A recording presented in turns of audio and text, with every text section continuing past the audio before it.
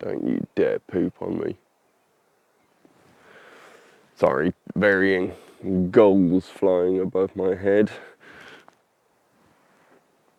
Yeah, they've dispersed now. Anyway, yes, good morning everyone. Welcome back to the channel. So, and a welcome back as well to sunrise at the Norfolk coast. Now, I'm at the Old Harbour in Thornham, somewhere I've never actually been before. Now, because I live probably near on hour and 20 minutes from here, it's not somewhere I could just pop down to and do a recce for. So, I've had to do a lot of planning just to actually work out where the sun would be rising and stuff, which is why I've actually done the topic of this video, is how I actually find my locations and work out if they'll be any good with the morning light. Now we'll come back and I'm going to talk about how I actually do that, because for me, with where I live, I'm not really in any of the prime hotspots for landscape photography. I don't live, well, the closest one to me is the Peaks, and it's anywhere between 2 and 2.5 hours away. The other locations, well, I've never been to the Lake District because it's at least 3.5 to 4 hours just to get to, I believe, Ullswater, which is the furthest east lake. So yeah, Yorkshire Dales, Yorkshire Moors, 3.5 hours. It's quite some distance, so I have to do a lot of pre-planning. Some birds just flying into my shot now. And that's why I want to kind of talk about that today, to maybe assist some people in finding various ways to do it. So, at the moment, just a quick recce on this shot. So you've got the water inlet here with these old wood jetties, and the sun is rising about there. The problem is with this heavy cloud coverage, I'm not really getting much light coming through, but it is just starting to come through now, and I have got a 3-shot exposure bracket going at present. Fingers crossed this came out all right. Let's have a look at the picture.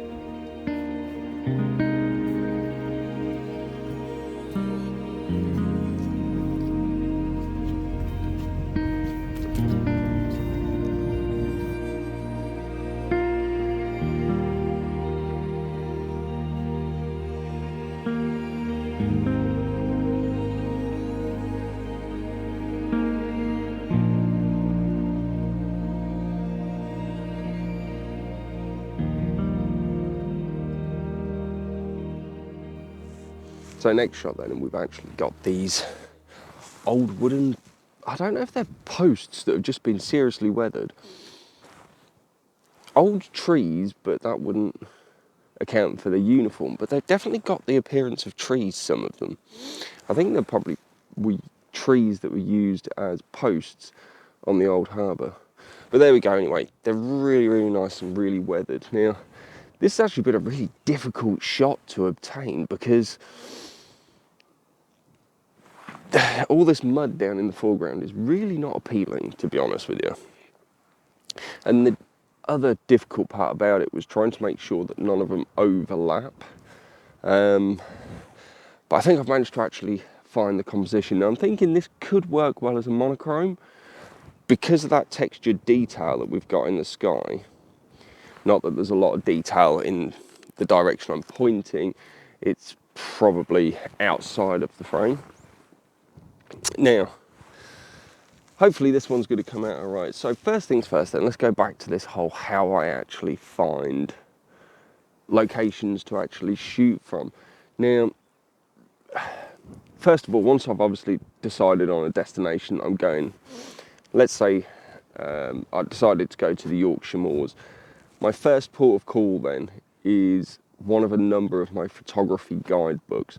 What I want to do is I want to identify a key thing that I want to go and photograph. Now, whether that be for sunrise, sunset, or just in general something I want to capture, I have a look through these guidebooks and decide on that key element that I want to go and photograph. Now, most of the time when I'm actually choosing it, I want to go for potentially a sunset.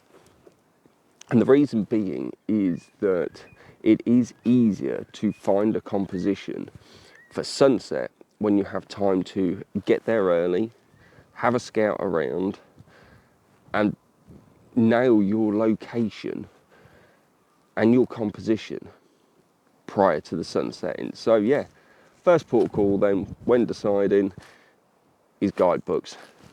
Let's have a look at this shot, see how this one came out.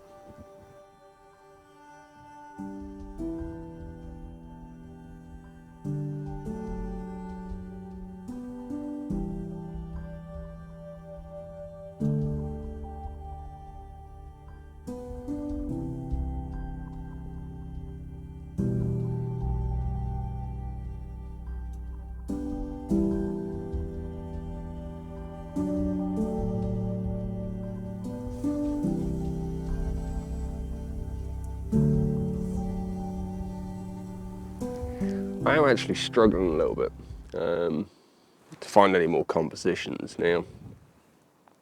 It's great, isn't it, when you're talking about scouting locations and then start struggling for compositions, but the one that I scouted was the sunrise one, which annoyingly the sky actually looks better now. If you look behind me, we've got a lot of yellow tinging in the clouds broken more since this morning. C'est la vie, it is what it is. I think another reason why I'm struggling for compositions is because I keep getting distracted by all the seabirds flying around. What a place for wildlife. But if I spin you around a little bit, I don't know if you can see all these mud flats. Yeah, kind of over there. All these mud flats are a real hive for the birds. So tide's out as well, so there's a lot scurrying around, probably having a good old snack in whatever's in there. Anyway, I digress. Now, what I have seen as well is there's quite a few of, I'm guessing it's parts of the old harbour area. Lots of heavily worn bits of wood in the mud flats, but I just can't seem to make anything of it. So, yeah, nothing worthy of a shot, I don't think. Never mind. So, yeah, I'm going back to this whole scouting locations. So another way that I do it is once I've actually pinpointed the location and a key element in where I'm heading, as I said, so if I was going to the Yorkshire Moors, let's just use Rosebery Topping as an example. So I identify Rosebery Topping, go, yeah, you know what, I'll go up there, that's what I want to see. Where else can I go? I hop on Google Maps, and Google Maps is great for locating places in a proximity to that main focal point that you want to go and visit, find other areas. Obviously, it highlights a lot of the key focal points of the area. So if you look for Rosebery Topping on Google Maps, you will find it. It will highlight it. It pulls up its name and everything. There's a couple of, obviously it'll be a couple of things around there as well. It'll highlight forests and major points of interest. That's the word I'm looking for, points of interest. Also as well, it's not obviously just the standard, I don't want to say digital map, but you know, that coloured overlay. You can actually get the satellite view as well, which does help identify locations. Now, once you do a bit of scouting around, try and find somewhere that is going to be decent for photography. I then go on to a third thing, which I'm going to come back to in a minute. I'm going to go see if I can find any further compositions.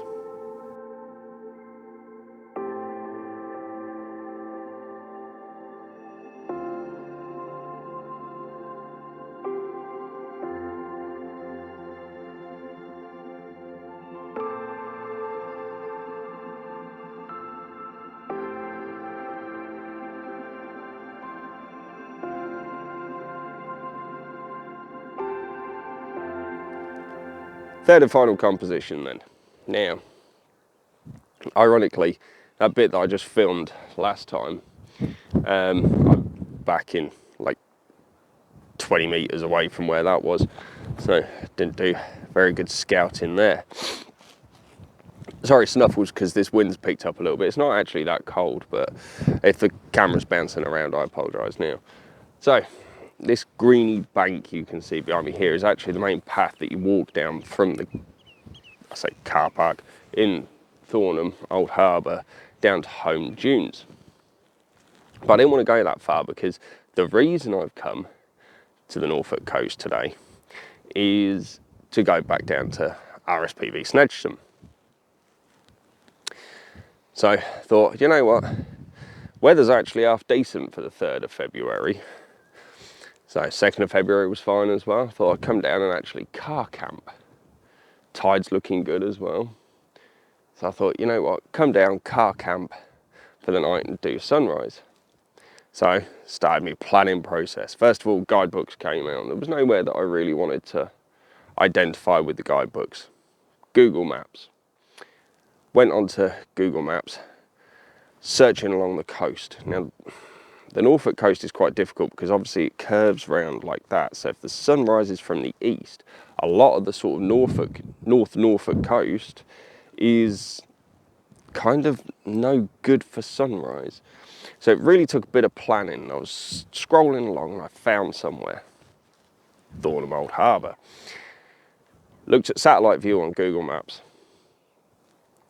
Found the is it estuary? The water as it comes in from the coast. Found out how it weaved through the land and stuff. Now, one final thing. I have an app called, I think it's Photo Time. And the thing with Photo Time is that it gives you the direction that the sun will be rising and setting and where the sun will be at a certain time in the day. So, once you find your location, go on to Photo Time. It's also got the map on there as well. Load up the map in Photo Time, locate where the sun will be rising. The sun's come out quite strong now. And yeah, it will enable you to actually pinpoint a location that would be good for sunrise. So there we go. 3 ways I actually plan my photography trips. Location scout without actually going to the place. Now, this method no way means that, or no way eclipses actually going out on locations and scouting the actual locations and things like that. Photo Time would help even if you're actually out on location. It does use GPS for the map as well if you want to. It's a free app as well. It does have ads on it, but yeah, brilliant. Yeah, nothing can beat actually going out and having a proper recce at a location. But when you live where I live, going for a recce that's a 3 to 4 hour drive away isn't plausible. So yeah, we do what we can. Guidebooks, Google Maps, and then Photo Time to spot the right time of day. Now, this composition then, I'm going to spin you around. It is quite breezy, as I say, and I apologise if it whips down. Now, those wooden posts, see if I can point the ones out that I've decided to go for. These ones here. Now, what I'm using is I'm using the line of the water run through there, as well as these little pointy lines, and you've got the V from the bank leading down into it, just to kind of frame that up. Now, it does look quite nice. Just gonna have a look now, that sun's come out, because I like the contrast in the shot. Yeah, I'm just gonna take another shot actually, now that sun's come out a bit stronger. 3 bracket exposure. Make sure we're not clipping any of the highlights and stuff as well. Actually, now that sun's come out a bit, I'm just gonna turn the shutter speed, F11 ISO 100 to get that shot. So yeah, this is going to be my final shot. I'll pop it up now and I'm going to sign out because I want to go grab a coffee. Idiot here forgot to bring water with him, so I can't use the fire maple, and that sun's getting really bright. Oh blimey. Yeah, so I want to go grab a coffee and then head down to RSPB Snetcham. High tide's in about 3 hours, so yeah, I want to be down there when the water's a bit more in than last time, to try and get the birds closer inwards. So fingers crossed we get some shots from there. Yeah, so if you've obviously liked this video, do give us the old thumbs up. Drop some subscribes from down the bottom, because we have got some awesome plans coming from the channel over the next few months. And yeah, this is Mike out. Take care. Be safe, everyone. Peace.